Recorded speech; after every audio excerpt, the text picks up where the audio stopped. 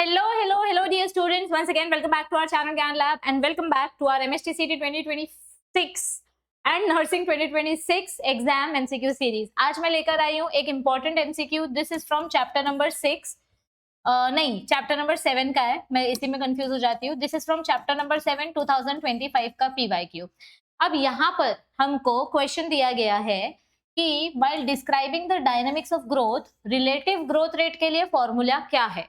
तो आपके text book में चैप्टर नंबर 7 के स्टार्टिंग के टॉपिक में जब आप प्लांट ग्रोथ के बारे में पढ़ोगे तो आपके टेक्स्ट बुक में आपको रिलेटिव ग्रोथ रेट का फॉर्मूला दिया है। सबसे पहली बात तो रिलेटिव ग्रोथ रेट क्या होता है कि अगर मैंने आज के दिन में अपना सीड मिट्टी के अंदर डाला तो मेरे प्लांट की ग्रोथ कब होगी।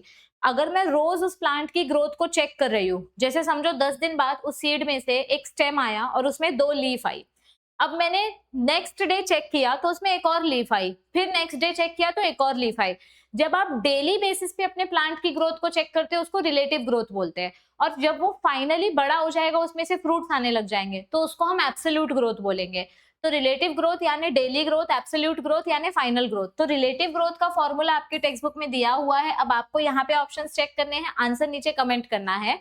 एंड बहुत बहुत बहुत सारे बच्चों को अब तक नहीं पता कि हमारा प्ले स्टोर पर एक ऐप है और उस ऐप में आपके लिए बहुत सारा फ्री मटेरियल है। तो जिन लोगों को नहीं पता उनको मैं एक बार फिर बता दूं कि प्ले स्टोर पे जाओ, ज्ञान लैब सर्च करो, ऐप इंस्टॉल करके लॉगिन करो। लॉगिन करने के बाद नोट्स एंड पीडीएफ का जो सेक्शन आता है उसमें आपको MSTCT 2025 का एक फोल्डर मिलेगा और उसमें आपको 1000 MCQs फ्री में दिए हुए हैं जो पूरे महाराष्ट्र में किसी ने नहीं दिए।